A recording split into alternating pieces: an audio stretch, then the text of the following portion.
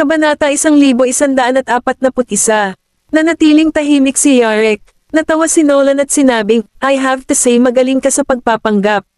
Para sa proyekto ng Persian Gulf, bakit hindi mo, nakakainis ka? Putol ni Yarek habang umikot para tingnan si Nolan. Ang mukha niya ay nanlalamig habang naiinis na nakasimangot. Pumasok si Nolan sa ward at umupo sa isang upuan.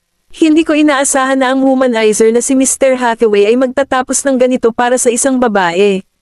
Samandal si Yarek sa bintana. Malamig ang puso niya kaya hindi niya maramdaman ang lamig na nakikita sa kanya mula sa malamig na ulan. Katawa-tawa, di ba? Nakakatawa rin ito para sa akin. Aniya, nakakatawa na papasukin ko ang isang babae sa puso ko pagkatapos ko lang siya makilala ng 3 buwan, di ba? Hindi rin siya masyadong maganda. Although aaminin ko na maganda ang hugis ng katawan niya, may nakakapangit na personality. Maaaring tingnan siyang matalino sa ibabaw, ngunit siya ay isang walang muwang at inosenteng babae malalim pababa. Habang naglalaro ng relo, itinaas ni Nolan ang ulo para tingnan si Yarek pero wala siyang sinabi. Itinakda niya ang kanyang tingin sa mundo sa labas ng bintana, at ang kanyang mga mata ay mapurol. I care for her kasi siya ay inosente tulad ni Sharon. Noong una, tinutukso ko lang siya. Bigla siyang napatigil bago niya natapos ang kanyang sentensya. Huminga ng malalim si Yarek at regular na tinapik ang windowsill. Patak ng tubig na tumulo mula sa ang mga sulok ng kanyang mga mata, ngunit walang makapagsasabi kung patak ng ulan o luha. Dahan-dahan na tumayo si Nolan at nagtanong. Patay na ang anak ng mga Knicks. Alam mo ba ang tungkol dyan? Natigilan si Yarek. Ibinaba niya ang ulo ng walang sinabi, kalmado at malamig ang kanyang ekspresyon. Samantala, ang mga Knicks ay dumating sa St. Donner Estate upang harapin ang mga Hathaway. Ang lalaking nakatayo sa harapan ng grupo ay ang ama ni Mandy. Ang tigas ng mukha niya habang nakatingin kay Madam Hathaway, na humihigop sa kanyang tsaa. Ano ang ibig mong sabihin dito? Hawak ang kanyang teacup. Ngumiti si Madam Hathaway sa kanya at sumagot, sigurado ako na ginawa ko ang aking sarili medyo malinaw. Walang kinalaman ang pagkamatay ni Miss Nix kay Yarek. Ano pa, ano ang ginagawa ng nagawa ni Miss Nix o sino may kinalaman ba siya sa mga Hathaway? Mr. Nix smacked the table and snarled, oo, sinaktan ni Mandy ang babae ni Yarek, pero who knows kung may paghihiganti o hindi pa naghihiganti si Yarek kay Mandy para sa babaeng iyon. Malamig na kinutya ni Madam Hathaway. Bagamat matanda na siya, ganoon pa rin siya kay tiwala at kalmado tulad ng paggamit niya na maging noong bata pa siya. Mr. Nix, sigurado ako na ikaw mismo ang nakakaalam kung gaano karaming kaaway ang pamilya mo na ginawa mo noong nagsimula kang magtrabaho sa underworld. Inayos ni Master Nix ang panga niya ng mahigpit at nakasimangot. Ipinatong ni Madam Hathaway ang kanyang teacup sa mesa at sumagot ng may kumpiyansa, kung gustong ipaghiganti ni Yarek ang babaeng iyon, matagal na rin niyang ginawa iyon. Nasugatan si Yarek dahil sa pangyayaring ito. Kung ang mga taong iyon ay mga tauhan niya, sasaktan ba nila ang sarili nilang amo? Ano ang makukuha ba sila sa paggawa niyan? Mahigpit na nakapikit si Mr. Nix. Kumislap si Madam Hathaway kay Master Nix at mahigpit na sinabi, Mr. Nix, kung gusto mong maging hindi makatwiran, pagkatapos hindi rin magiging makatwiran sa iyo ang mga Hathaway. Nasa iyo ang pagpili, Mr. Nix. Maaari kang pumili upang wakasan ito sa mapayapang paraan o sa isang magaspang na paraan. Napaham si Mr. Nix at umalis palayo kasama ang kanyang mga tauhan. Hawak ang bagahe ni Zyla, dumating si Maisie sa isang farm sa suburbs na sakay ng taxi. Ang hangin ay napuno ng amoy ng putik pagkatapos ng ulan. Maraming nakakadena na baka sa banwan, at ang walang katapusang mga puno ng aspen at damo ang nagpamukha sa lugar na ito na parang paraiso. Sa sandaling iyon, lumabas ng isang middle-aged na lalaki na naka-denim jacket na may balbas na pisngi ang bodega na may sigarilyo sa bibig at butil sa kamay. Nilapitan siya ni Maisie dala ang bagahe at tinanong, Hi, sorry, pero maaari ko bang malaman kung ang babaeng iniligtas mo ay andito? Ibinaba ng balbas ang mga butil at humitit mula sa kanyang sigarilyo. Inikat niya ang kanyang ulo para pag-aralan si Maisie at walang kasabikang tanong. Kaibigan ka ba niya? Kabanata 1142. Oo nga, tumango lang si Maisie. Maisie, nakatayo si Zyla sa harap ng pinto. Nakasuot siya ng damit mula sa anak ng lalaki. Kahit na ito ay hindi pumunta masyadong mahusay sa laki ng kanyang katawan, siya pa rin tumingin sa halip mabuti sa loob nito. Lumapit si Zyla at sinabi sa lalaking may balbas, Pasensya na po, Mr. Sullivan. Kaibigan ko po siya. Tumango lang si Sullivan. Pagkatapos, lumayo siya para gawin ang sarili niyang gamit ang kanyang sigarilyo sa pagitan ng kanyang mga labi. Hinayla ni Zyla si Maisie papasok sa bahay. Bagamat hindi kasing luho at maluwang ng bahay ang mga silid na iyon sa mansyon, malinis ito. May isang batang lalaki at isang matandang babae sa bahay iba. Kaysa sa kanila, "Hi," bati ni Maisie sa kanila, at nahihiya na iwinagayway ng bata ang kamay pabalik sa kanya. Gayunpaman, hindi nagbigay ng anumang tugon ang matandang babae kay Maisie, na parabang hindi niya nakuha ang sinabi nito. Lumapit si Zyla at sinabing, "Siya si Mr. Ang ina ni Sullivan." Bingi na siya. Natigilan si Maisie. May tumawid sa ulo niya, at tumalikod siya para tingnan siya. Naisip ni Yarek, "Patay ka na. Pwede mo bang sabihin sa akin ang nangyari?" Saglit na natulala si Zyla bago siya nagbaba ng ulo. "Kilala mo ba si Miss Nix fiancé ni Yarek? Dinukot niya ako at gusto niya akong ipahiya. Akala ko mamamatay din ako." Umupo siya sa sofa at tinakbo ang daliri niya sa sugat sa balikat niya na nagamot. "Mr. Iniligtas ako ni Sullivan. Ang mga Nixes ay may mga ugnayan sa underworld, at si Sullivan ay nagtrabaho para sa mafia noong siya ay bata pa. Ang pinatay ni Nixes ang kanyang anak na babae noong siya ay 18 taong gulang. Si Mandy ang pangunahing salarin. Ang anak ni Sullivan ay nag-aaral sa parehong paaralan ni Mandy. Anak ni Sullivan ay na-offend si Mandy, kaya inayos ng huli na ipagamot siya ni Zyla. Nakakita na siya ng lalabag anak ni Sullivan, at isang aksidente ang nangyari. Natapos na patay ang anak ni Sullivan, kaya nagawa ni Mandy mukhang nagpakamatay na siya. Hindi makapaniwala si Sullivan na nagpakamatay ang kanyang anak na babae, kaya siya mismo ang tumingin sa bagay na ito. Sa mga wakas, ang lahat ng mga katibayan ay tumuturo sa mga Nixes, ngunit ang lokal na pulisya ay nang-ahas na huwag gumawa ng anumang aksyon. Tutal, ang malaki ang impluwensya ni Nixes sa lugar, at konektado sila sa underworld, kaya hindi gustong mapunta sa problema ang kanilang sarili. Dahil walang gustong tumulong kay Sullivan, wala siyang ibang nagawa kundi lunukan ang kanyang kahihiyan at maging isang bodyguard para sa mga Nixes habang naghahanap ng pagkakataon na makaganti sa kanyang anak. Nang dinukot ni Mandy Zyla, naroon si Sullivan. Tulad ng impresyon sa kanya na siya ay isang goner. Sullivan bigla sinalakay si Mandy. Kumunat ang noo ni Zyla at sinabing, "Naaalala ko lang na binato ako ni Mr. Sullivan ng jacket para mailagay ko ito sa..." Pinakiusapan niya akong kumuha ng taxi at pumunta sa address na ibinigay niya sa akin. Natakot ako at ayaw bumalik sa hotel, kaya pumunta ako dito. Inalagaan ako ng ina ni Mr. Sullivan. Ginamon niya ang sugat ko at ibinigay ang damit ng apo niya para isuot ko.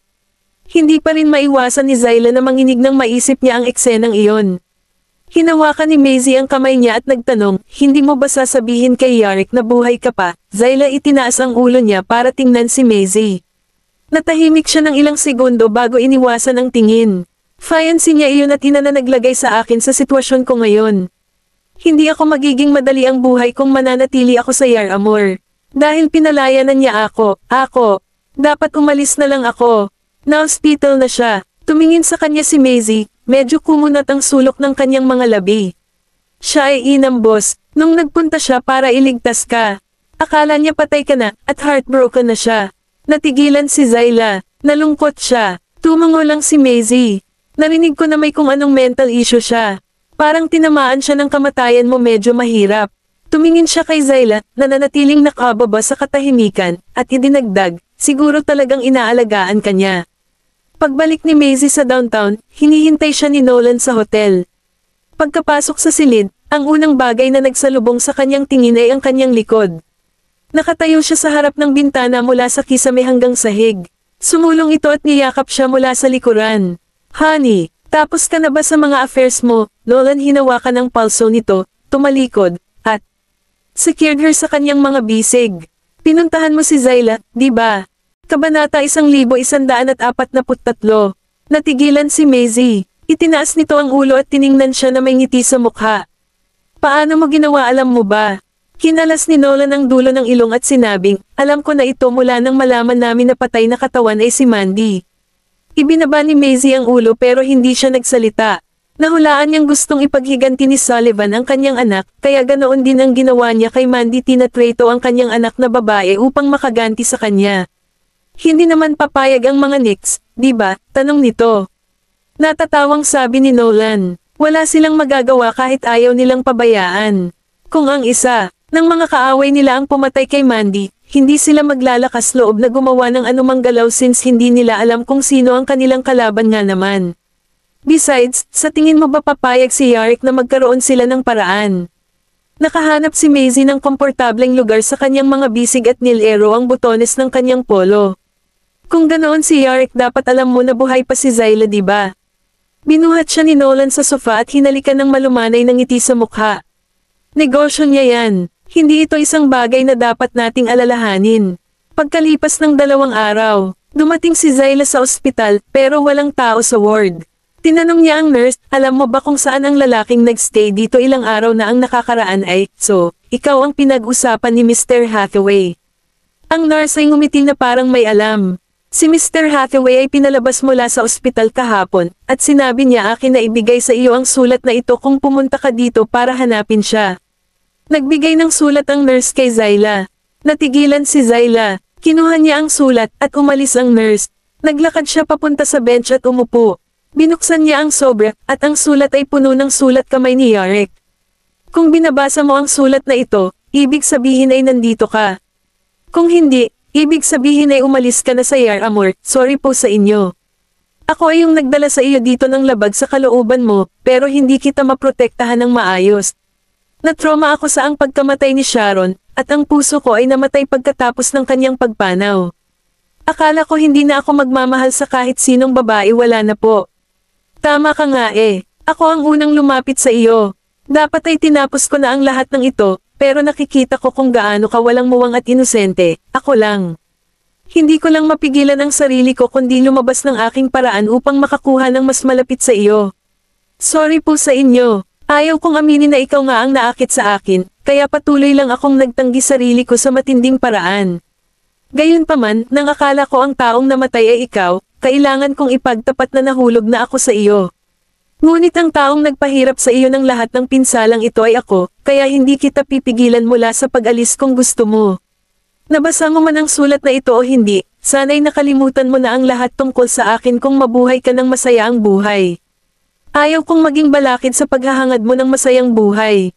Kung hindi masaya ang buhay mo, huwag mong kalimutan na may naghihintay sa iyo sa malayong ibang bansa. Nang makita niya ang salitang, Yarick, sa kaliwang sulok sa ibaba ng sulat, isang patak ng luha ang nagpalabo sa salita. Itinaas ni Zyla ang ulo, at pulang-pula ang mga mata niya sa paligid ng mga rim. Pinilit niyang pigilan ang pagluha pero wala siyang nagawa. Tinatakpan niya ng kamay ang bibig at nagpalabas ng tawa. Pagkatapos, siya ay nasira, at ang mga luha ay bumaba sa labas ng kanyang mga mata na parang mga sirang beads, nalalabo ang papel na kanyang nakunan. Hindi nagtagal, lumabas si Zyla sa ospital at nagsuot ng kanyang salaming pang-araw. Tumayo siya sa harap ng pasukan para sa isang habang, pinatahimik ang sarili, flag ng taxi, at umalis. Kumakain sina Nolan at Maisie sa restaurant. Ipinahinga niya ang kanyang baba sa kanyang kamay, tumingin sa ang labas sa bintana, at nagbuntong hininga. Sa tingin mo ba pupuntahan ni Zyla si Yarick? Natatawang sabi ni Nolan. Gripping ang paa ng baso, siya shock ito bahagyang at sinabi, maliban kung siya ay may isang bagay para sa pati na rin si Yarick. Dinampot ni Maisie ang kutsilyo at pinutol ang steak. Tama ka nga eh, kung wala namang bagay si Zyla kay Yarick, gagawin niya malamang hindi na siya puntahan. Uminom ng alak si Nolan at itinaas ang kilay. Sino ba naman ang nakakaalam? Sa sandaling iyon, nakatanggap si Maisie ng text message sa kanyang telepono.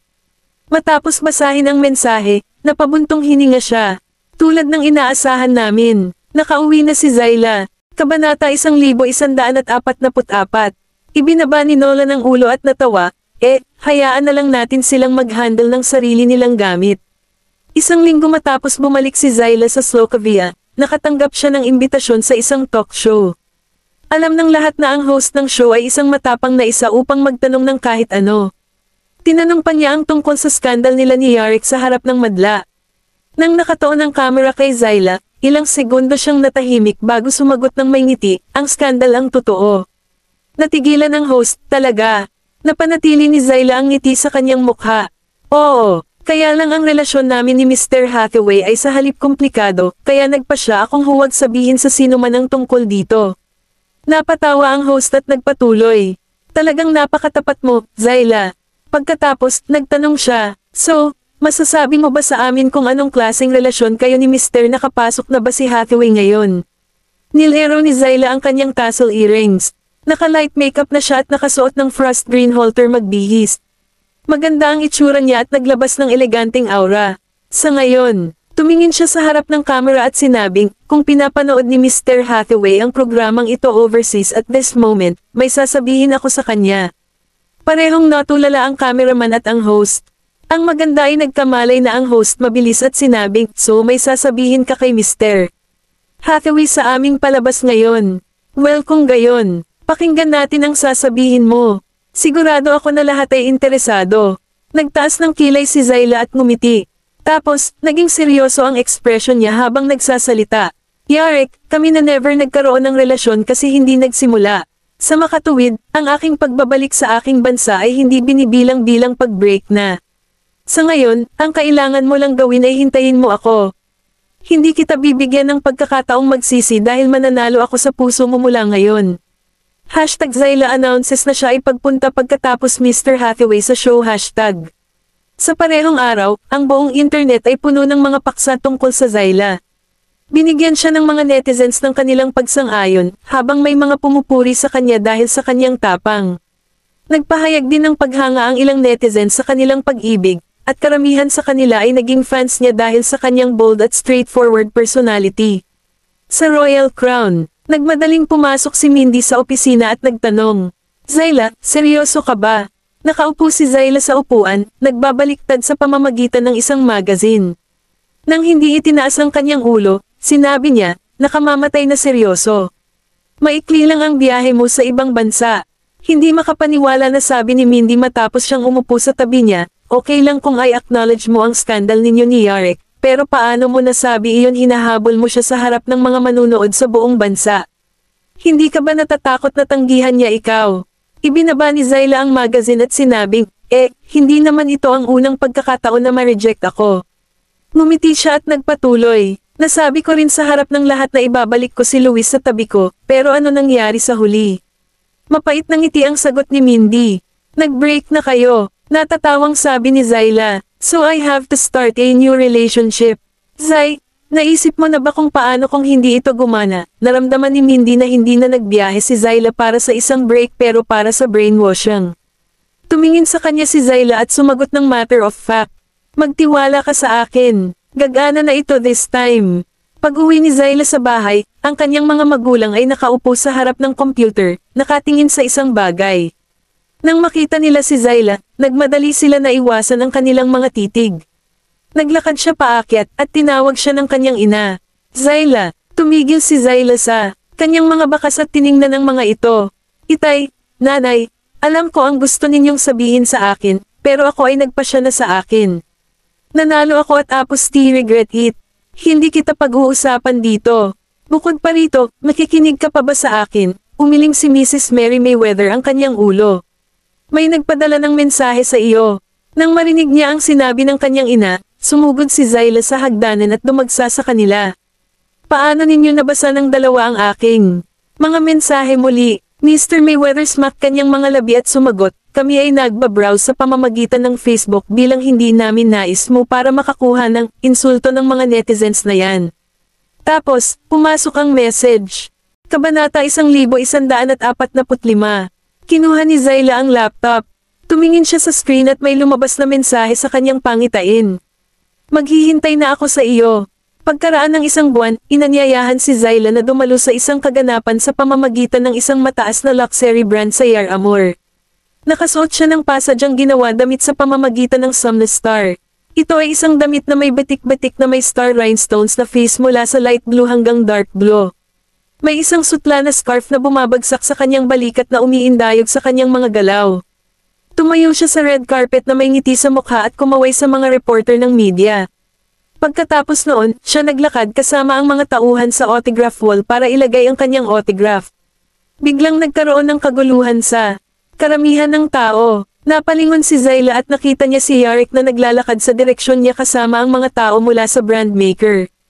Ang lalaking malapad ang balikat at makitid ang baywang na naglalakad sa tuwid na posisyon sa gitna ay ang isa na isang buong buwan na niyang hindi nakikita. Sa ilalim ng mga flashes, ang kanyang mga tampok ay inukit sa pagiging perpekto, at ang mga tao sa tabi niya ay mapatlo kung ikukumpara sa kanya. Parang nagbago na siya, pero parang wala rin siyang pinagbago. Nang magtagpo ang kanilang tingin, inalok siya ni Zyla ng ngiti. Iniabot niya ang panulat sa staff na katabi niya at dumaan kay Yarek. Gayunpaman, walang nakakita na si Yarek ay naiikot ang kanyang daliri sa paligid ng kanyang daliri. Ang kanyang paggalaw ay mabilis at magaan, ngunit ito ay naging sanhi ng puso ni Zyla na laktawan ng isang tibok. Nagpatuloy si Zyla sa paglalakad pasulong, ngunit may ngiti na humihila sa kanyang mga labi.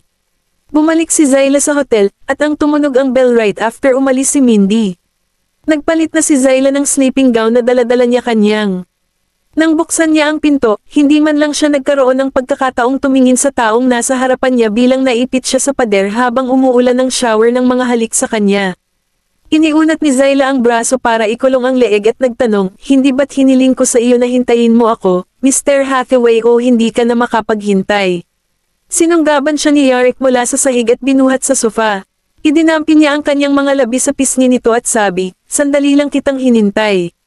Nag-aalala ako na baka tumayo ka sa akin. Napatawa siya. Hiniling ko lang sa iyo na hintayin mo ako. Hindi ko sinabing magta-flight ako at darating para hanapin ang ka na agad. Ibinaon niya ang ulo sa balikat nito at tumawa. Hahabulin mo ba talaga ako? Sinimulan ni Zyla na isa-isa niyang tanggalin ang kanyang mga butones at itinaas ang kilay nito para tumingin sa kanya. Oo, hindi pa rin masyado late kung gusto mo mag-back out ngayon. Kapag sinimulan kitang habulin, hindi ko tatanggapin ang isang hindi bilang sagot wala na po. Hinubad ni Yarek ang kurbata niya at hinalikan ito. Sa tingin ko, ikaw ang magbaback out sa huli. Niyakap siya ni Zyla. Ang mga halik nito na dama po sa kanya na parang ulan ay kumikislap sa dulo ng puso nito, na nagpapanginig sa kanya sa sobrang tuwa. Ang nag-back out ay magiging manok. Sa wakas ay muling nagkasama ang yelo at apoy. Ang kanilang dugo ay kumulo, at nahulog sila ng mas malalim sa kailaliman ng pagnanais habang ang kanilang mga paggalaw ay umiindayog kasabay ng tempo. Nang ipaalam ni Yarek sa publiko ang relasyon nila ni Zyla, nagkaroon ng outage ang internet server. Pagkatapos ng lahat, nakilala na si Yarek bilang womanizer. Hindi pa niya inamin sa publiko na nagde-date siya kahit sino, at ito ang unang pagkakataon. Ang media mula sa Yaramur ay pamilyar kay Zyla, at ang kanyang pangalan ay matatagpuan sa bawat sulok ng internet. Siya ay isang retirado, supermodel, isang tagapagsalita para sa maraming mga luxury brand, at ang anak na babae ng direktor ng Royal Crown. Walang nag-expect na siya ang magpapabagsak kay Yarek. Hindi inaasahan ni Yarek na gagawin niya umibig din kay Zyla. Marahil kahit si Zyla mismo ay hindi nag-isip na sa huli ay magwo-workout sila. Dumating sa restaurant sina Zyla at Yarek. Hinihintay na sila ni na Madam Hathaway, Nolan, at Maisie sa loob. Hawak-hawak ang kamay ni Zyla, lumapit si Yarek kay Madam Hathaway at binati ito, Tita Hathaway. Ngumiti si Madam Hathaway at sumagot, umupo ka. Umupo si Zyla sa tabi ni Maisie. Ito ang unang pagkakataon na nakilala niya si Madam Hathaway. Tumingin si Madam Hathaway kay Zyla na may ngiti sa mukha at sinabing, narinig ko na pamilyar ka sa aking apo. Ito siguro ang tadhana. Matapos makita si Nolan na bumuo ng sariling pamilya, ang pamangkin ko sa wakas ay nakakuha ang kanyang sarili ng isang kasintahan ngayon. Wala na akong pinagsisisihan, at pwede na akong mamatay ng payapa. Kabanata 1146. Nagpalitan ng tingin si Zyla kay Maisie at ngumiti. Baka tadhana lang naman. Sinuportahan ni Maisie ang kanyang baba sa isang kamay. Nag-aalala pa rin kami ni Knowles na si Yarek ay magiging isang bachelor para sa natitirang bahagi ng kanyang light ilang oras na ang nakalipas. Hindi ko talaga ito inaasahan. Pagkutsa ni Nolan. Total, middle age na siya na malapit ng mag-37 years old ngayong taon, kaya may hindi gaanong oras ang natitira. Glare ni Yarek sa kanya. Mas bata ka lang sa akin ng 3 taon. Okay, basta ilang taon na ba kayong dalawa sa palagay mo ngayon? At eto pa, nag-aaway pa rin kayo na parang bata pa kayo. Si Z at Zyla ay nandito pa rin, kaya ba ninyong dalawa na huwag ninyong ipahiya ang inyong sarili kapag sila ay nasa paligid? Baka si Madam Hathaway tila pinagsasabihan ang dalawang lalaking iyon, pero may malawak na ngiti sa mukha niya sa buong panahon. Parehong sinubukan ni Zyla at Maisie ang lahat para mapigilan ang kanilang pagtawa. Zyla, tumingin sa kanya si Madam Hathaway at kinuha ang kanyang wine glass sa mesa. Gusto ko sana humingi ka ng paumanhin sa ginawa sa iyo ng ina ni Yarick bago ito. Saglit na natigilan si Zyla. Pagkatapos ay nakuha niya at kinuha ang kanyang wine glass sa pagmamadali. Madam Hathaway, ako talaga. Ang nanay niya, Yuna, ay manugang ng mga Hathaway, kaya humihingi ako ng paumanhin sa iyo sa ngalan niya bilang well as the Hathaways, putol ni Mrs. Hathaway sa kanya. Ang nanay niya ang laging nasa fault, at humihingi ako ng paumanhin sa inyo ni Sharon. Pinisil-pisil ni Zyla ng mahigpit ang paa ng baso at sumilip sa si Yarick na tahimik na parang may pumapasok sa isip niya. Sobrang mahal ni Yuna ang anak, at masyado siyang makasarili. Lagi na lang siyang natatakot na baka iwan siya ng anak niya. Kaya naman matagal na niyang pinipilit ang kanyang anak na ipamuhay ang lifestyle na gusto niyang magkaroon nito para siya ay magiging isang taong gusto niya sa kanya. Napabuntong hininga si Mrs. Hathaway. Ang nangyari kay Sharon ay isang utang na hindi kailanman mababayaran ng mga Hathaway sa kanyang pamilya. Gayunpaman, ang trahedya noon ay mayroon ng lumikha ng isang hindi maibabalik na kinalabasan, at maswerte ka na makatakas sa parehong kapalaran sa oras na ito sa paligid. Kaya, kahit anong mangyari, kailangan kong humingi ng paumanhin sa iyo. Dahil natapos na ni Madam Hathaway ang kanyang alak sa isang go, natural lang na matapos ni Zyla ang lahat ng kanyang alak pati na rin. Nagkatinginan sina Maisie at Nolan at ngumiti.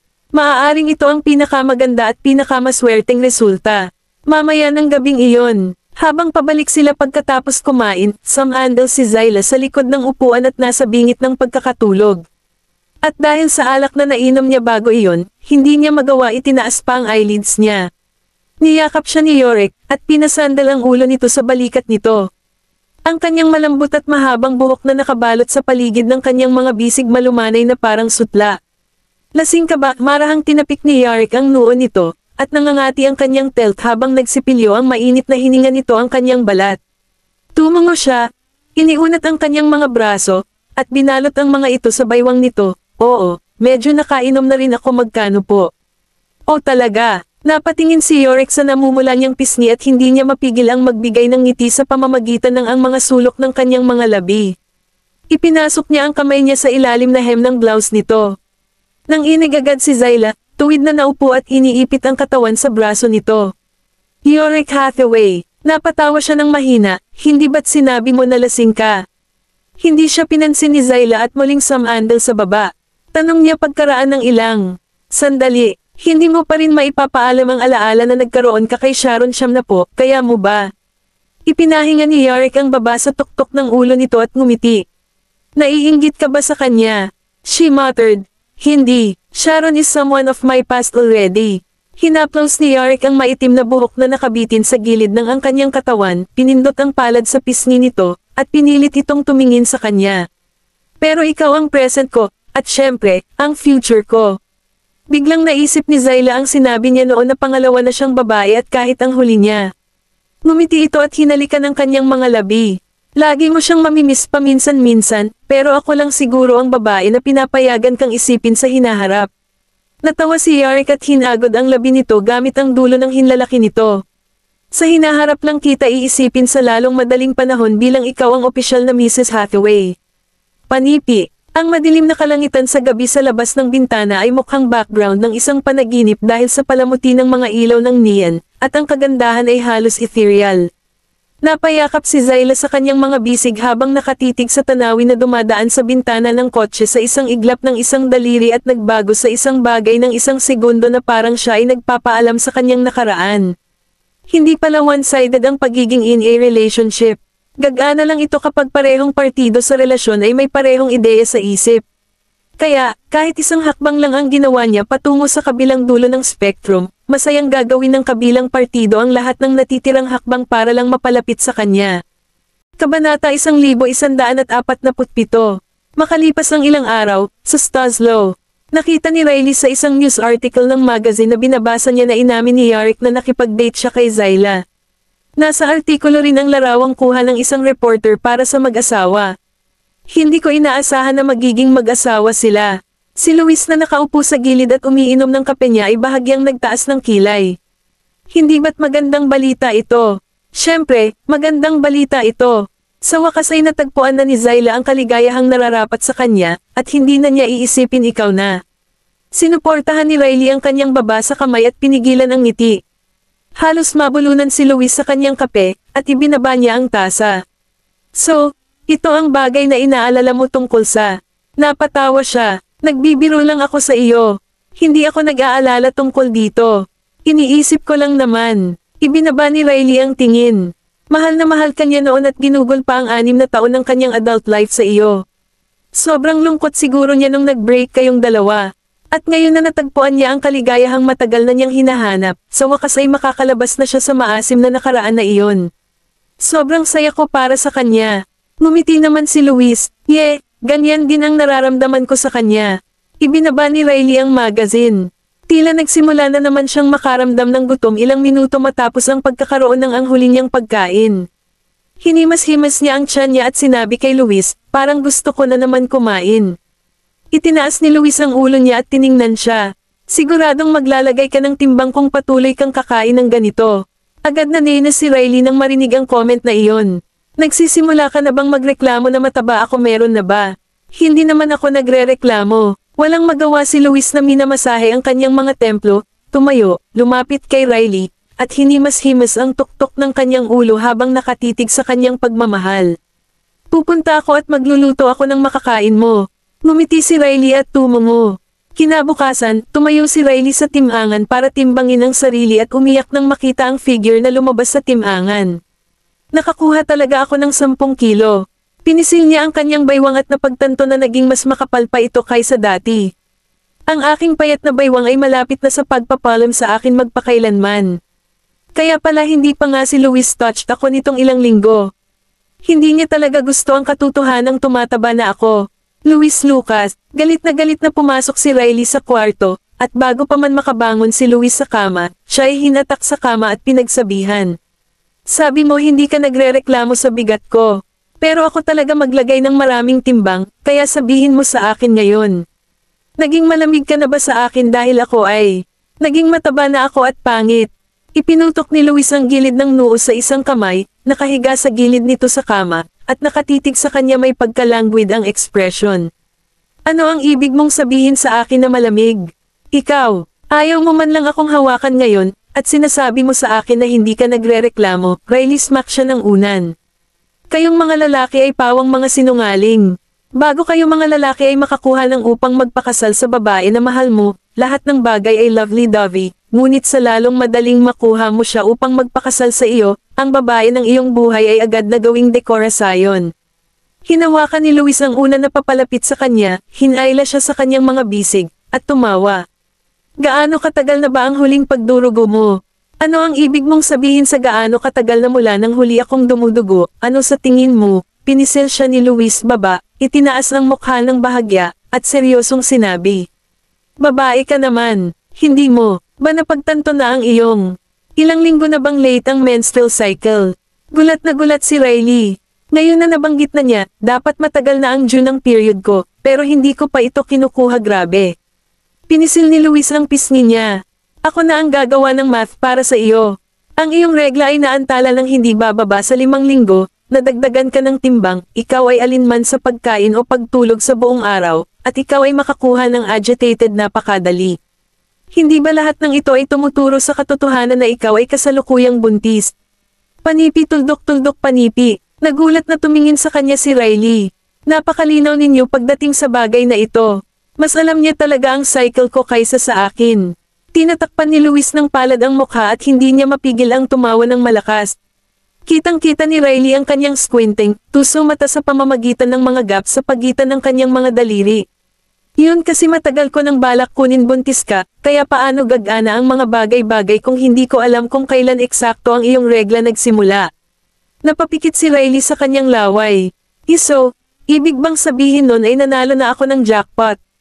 Tanghali, dinala ni Luis si Riley sa ospital para magpa-check up, at ang resulta ng check-up ay siya na ay buntis. Kabanata 1148. Lumabas ng ultrasound room si Riley habang hinahagod ang kanyang tiyan. Hindi man lang siya handa sa ang biglang dagdag sa kapamilya na nakatira sa sinapupunan niya sa sandaling iyon. Nabuntis ako bago pa man ako maghanda para maging ina.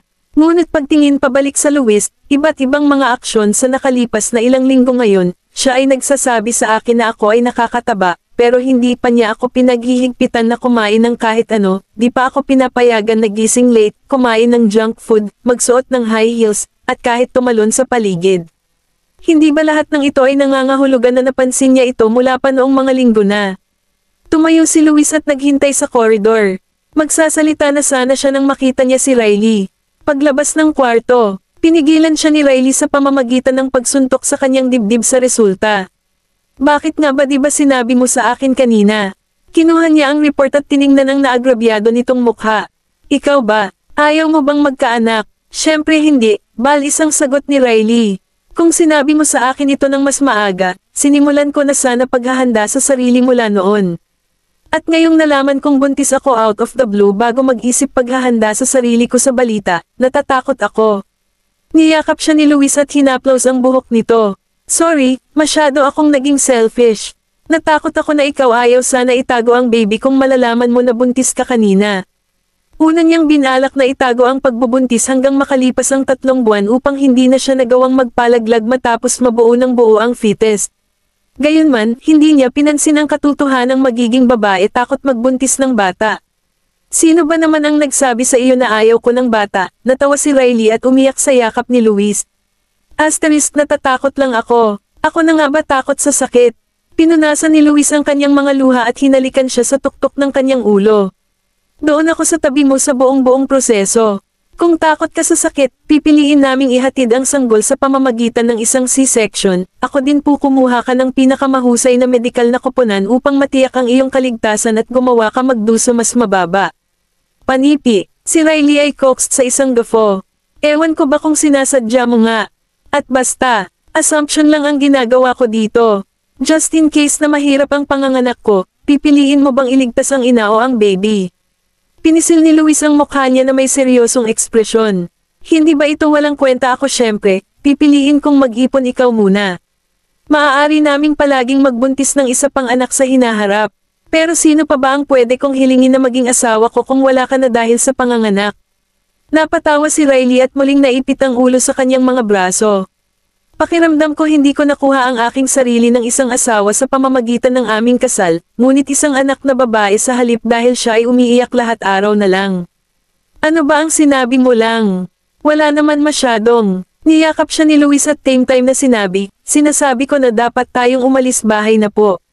Sa De Arma Mansion, magiging lolo sa tuhod na ako.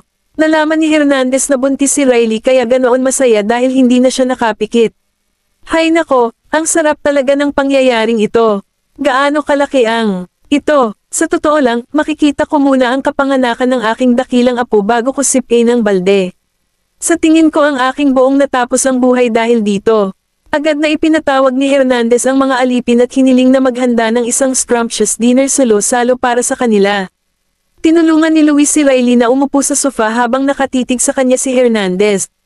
Alagaan mo ng mabuti ang asawa mo. Ang pagbubuntis ang pinaka nakakapagod na pinagdadaanan ng sino mang babae sa mundo.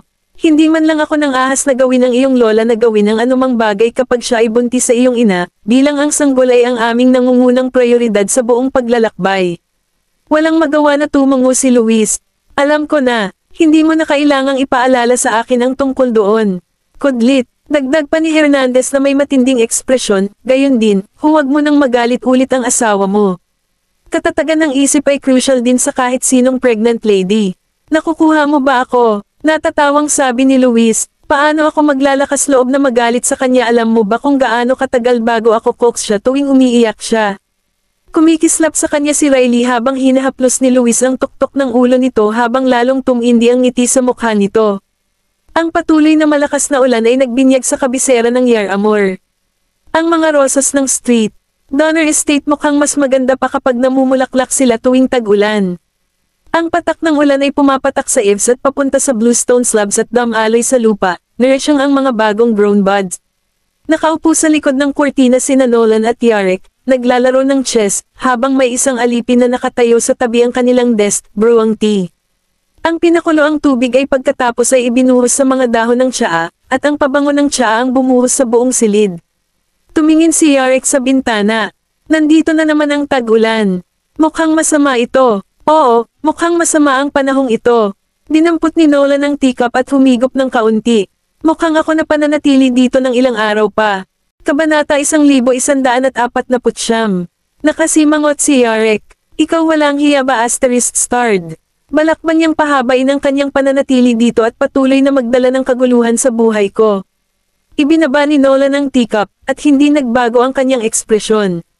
Bakit ako kikilos ng mataktika kapag kasama mo ako? Natawa si Yarek dahil sa galit, nakayakap sa gilid ng mesa, at napatingin kay Nolan. Ginawa ba Maisie take a fancy tayo dahil sa kabangisan mo? Casual na nag-roll up ng mangga si Nolan. Kung gayon ay liwanagan mo ako. Gaano karaming mga walang hiya na crappy na bagay ang mayroon tapos nung pinipilit mong agawin ang sarili mong asawa. Nagawang hindi makapagsalita si Yarek. Nakatayo sa taas, lumingon sina Maisie at Zyla. Sabay sa paligid, at si Zyla ay bumped ang kanyang braso sa pamamagitan ng kanyang siko. Lagi bang ganito ang dalawa? Napalingon si Maisie para tingnan si Zyla. Nakikilala mo pa lang sila. Pareho na silang nasa 30s, at panapakabata nilang kumilos. Napalaki na ni Zyla ang kanyang horizon. Si Mr. Goldman ay palaging isang regal at kilalang tao sa harap ng publiko, hindi pa siya kailanman friendly. At patuloy siyang naglalabas ng aura na nagpapalayo sa iba at pumipigil sa mga estranghero mula sa papalapit sa kanya. Pero mukhang hindi naman ganoon kapag kasama niya si Yarek, di ba ang ilan ay maaaring kahit isipin na sila ay isang pares, at kaming mga babae ay parehong redundant. Kudlit, hinaplos ni Maisie si Zyla sa balikat. Wala namang kakaiba dyan. Nolan Max lahat na siya kasama ang. Dati itong si Helios, pero si Yarek ay ginawang temporary punching bag niya ngayong nasa Yar Amor. Hindi mo pa nga nakuha ang pagkakataon na naroon para magpatotoo kapag tinutokso niya ang kanyang lolo. Hindi maiwasan ni Zyla na tumawa ng malakas habang naglalakad pabalik sa kwarto kasama si Maisie. Maganda naman ang tunog niyan. Sa list alam ko na ngayon na mahal talaga ni Mr. Goldman ang asawa niya. Umupo si Maisie sa dulo ng kama. Napakaganda rin ng trato sa iyo ni Yarek. Lumapit si Zyla sa French window, binuksan ang kurtina, at napatingin sa patak ng ulan na tumutulo papunta sa baso. Talagang parang Reyna ang turing niya sa akin ngayon.